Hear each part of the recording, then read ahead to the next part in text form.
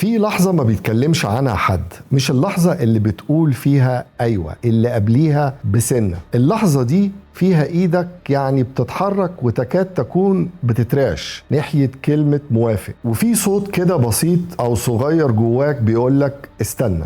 إيه اللي بيحصل في الجزء ده؟ الإجابة على السؤال ده هي بالظبط اللي الحلقة دي عنها. احنا مش هنلخص كتاب، مش هنعمل قائمة نصايح، هنعمل حاجة أصعب. هنفهم ليه انت أحيانا بتوافق وبتقول أيوة على حاجة انت في الأصل ما كنتش عايزها، وهنفهم ايه الجزء اللي جواك اللي كان بيحاول يصحيك طول الوقت ويفوقك ويقول لك حاجة تانية. دي قناة نكست نوليدج وأنا نديم خورشيد، فنجالك اللي بتحبه وخلينا نبدأ.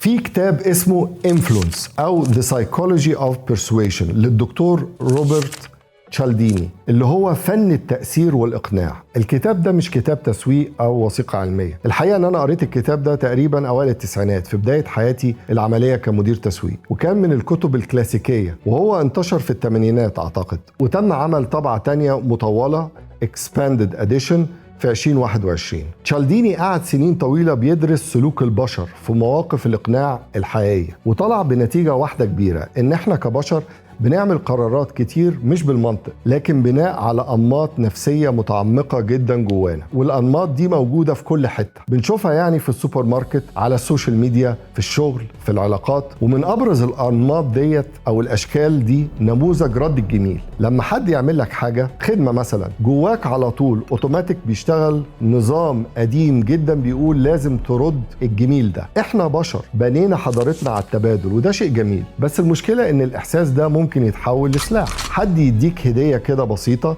صغيرة عشان يطلب منك حاجة كبيرة. الفكرة التانية الالتزام والاتساق، أو إنك تكون مظبوط. الإنسان بيحب يشوف نفسه مظبوط ومتسق. لو قلت أيوة مرة واحدة لطلب صغير، يبقى صعب جدا تقول لأ للطلب اللي بعده، مش لأنك مقتنع، لكن لأن لما ترجع في كلامك بيحسسك إنك متناقض مع نفسك.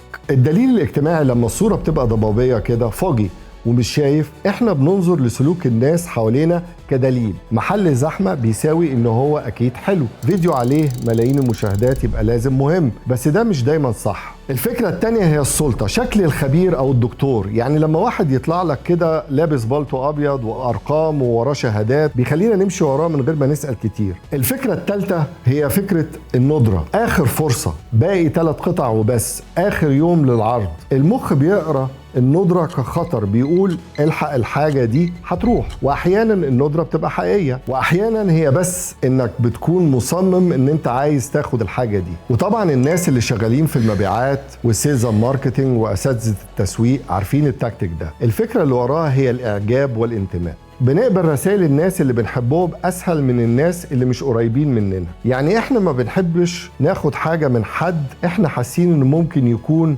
أذكى مننا. لما الرسالة تيجي من حد زينا، المقاومة بتاعتنا بتنزل من غير ما نحس. الكتاب ده مش بيقولك إن البشر يعني غلابة وطيبين، لكن بيقولك إن البشر بيستخدموا اختصارات ذهنية، مايند شورت كاتس يعني، وده طبيعي ومفهوم. المشكلة بدأت بس لما حد اكتشف الاختصارات ديت قبلك. طيب لو الكتاب ده صح كله، المفروض ان احنا بقينا ضحايا سهلين، بس احنا مش كده. ليه؟ لان في نفس الوقت اللي في دماغك بتستجيب للاشارات دي، في مسار تاني شغال. المسار ده بطيء، يعني زي المسار العربية السريعة ومسار العربية البطيئة. ما بيتكلمش بصوت عالي بس موجود، بيسأل ليه، بيراجع، بيقول استنى. علماء النفس بيسموا ده رياكتنس، او بالعربي رفض انك حد يضيق عليك او ان هو يزنقك ويحطك في كورنر. الفكرة ببساطة ان الانسان لما يحس ان حد بيحاول يضيق عليه الخيارات، يعني ما بيسيبلكش اوبشنز وبيزنقك او يضغطك عشان توافق، هو مش بس بيقاوم الطلب ده، احيانا بيرفضوا اكتر مما كان هيرفضوا لو مفيش ضغط اصلا. الحقيقة ده مش كلام فلسفي، دي نتيجة بحوث نفسية كتيرة من الستينات، وأنا جربتها حتى في حياتي العملية في الماركتينج وفي المبيعات والتسويق. وده بالظبط اللي بيفسر ظاهرة نعرفها كلنا. لما حد يقول لك ما تعملش كده، أيوة، أول حاجة بتجيلك في دماغك هعمله. يعني واحد بيقول لك ما تسافرش، طب هسافر، مش عشان أنت عنيد، عشان دماغك متبرمجة إنك تحمي حريتك. الكتاب بيشرح الأنماط للتفكير، مش بيشرح فكرة المقاومة اللي هي فكرة رياكتنس. بس السؤال الأهم هو إيه اللي تعمله أنت؟ عندنا أداة بسيطة جدا هنا بناقشها في قناة نكست نوليدج، بنسميها الأسئلة الثلاثة. إن أنت على طول بتستدعي الأسئلة الثلاثة لما تحس إن حد بيزن عليك وبيلح أو بيضغطك وبيحاول يحطك في كورنر في أي موقف مهم. قبل ما تقول أيوة، اسأل نفسك 3 أسئلة. السؤال الأول، أنا مقتنع ولا هو مجرد ان انا مش مرتاح اقول لا؟ في فرق كبير بين الاتنين. الاقتناع جواك عدم الارتياح انك تقول لا، ده خوف اجتماعي، والخوف ده مش سبب كافي عشان تقول ايوه وتوافق. السؤال التاني، لو الضغط او الزن او الالحاح اتشال دلوقتي، هقول نفس الاجابة؟ لو الاجابة انك مش عارف، اتأخر. مش كل قرار مهم لازم يتاخد في التو واللحظة، يعني كأنك بتلعب بينج بونج يعني. السؤال التالت، الشخص اللي قدامي هيستفيد من موافقتي حتى لو القرار ده مش مناسب ليا انا؟ ده مش سوء ظن، ده سؤال ذكي. اللي بيفيدك حقيقي بيكون مرتاح انك تاخد وقتك. الاسئله دي مش علشان تبقى شكاك، ده علشان في اللحظات المهمه يبقى عندك وعي ومصحصح للي بيجرى حواليك. بس خلينا نكون صادقين مع نفسنا، انت مش دايما الطرف اللي بيتاثر. احيانا انت اللي بتلعب الدور ده، بتحاول تلعب الدور التاني، بتحاول تأثر، بتبيع فكرة، بتقود فريق في الشغل، بتحاول تقنع حد بقرار. وهنا السؤال الأصعب، ايه اللي بيفرق بين الإقناع والتلاعب؟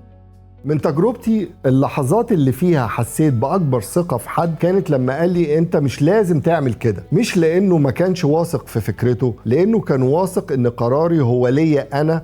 ده هو الفرق. الإقناع الحقيقي مش بيخوف، مش بيضغط، مش بيخلق ندرة واخر قطعة، مش بيخلق ندرة وهمية او ديون نفسية انت لازم تردها. الاقناع الحقيقي بيديلك معلومة او قيمة حقيقية ويسيب لك حق تقول لا بارتياح. اقلب الاسئلة الثلاثة على نفسك. هل اللي بتقدمه فعلا بيفيد الشخص اللي قدامك؟ هل انت واضح في نواياك؟ هل بتديه فرصة حقيقية انه ممكن يقول لا او يرفض؟ لو الاجابة ايوه على الثلاثة، انت بتقنع. لو في واحدة مش واضحة، خد نفس وراجع. احنا بدأنا الحلقة دي بالتأثير influence، بس الحقيقة الموضوع كان دايما أكبر. الموضوع هو العلاقة بين الحرية والثقة. كل محاولة إقناع هي اختبار العلاقة دي. لما بتكون العلاقة بصدق والاختبار بيكون بصدق وقيمة حقيقية، بيبني ثقة، والثقة هي أقوى وأطول نوع تأثير موجود. لما بيكون في استغلال حتى لو نجح مرة، بيهدم بالظبط اللي كان عايز يبنيه. الكتاب بيعلمك إيه هي الأنماط، بيعلمك إن جزء منك عارف رياكتنس أو إن هو بيعند وبيقاوم، والأسئلة الثلاثة بتدي لك أداة تستخدمها. الهدف هنا مش إنك تبقى خايف من الإقناع، الهدف إنك تبقى صاحي من جوه. دلوقتي جه دورك انت، مش محتاج تفكر في نظريات ولا حاجة، فكر بس في لحظة حقيقية من حياتك، لحظة حسيت فيها الصوت ده، الصوت اللي قالك استنى، سمعته ولا سكت، وايه اللي حصل بعدين؟ اكتب في الكومنتس مش رأيك في الفيديو، قصتك الحقيقية، لان القصص دي اهم من اي نظرية. لو الحلقة دي خلتك تبص على القرارات بطريقة مختلفة، ابعتها لشخص واحد بس من غير ما تشرح له ليه، وشوف هو هيرد عليك ويقول لك ايه. ان اردت ان تقنع فتحدث عن المصلحة لا عن المنطق. بنجامين فرانكلين. هنا قناة نكست نوليدج، وكان معكم نديم خورشد، واشوفكم في الحلقة الجاية.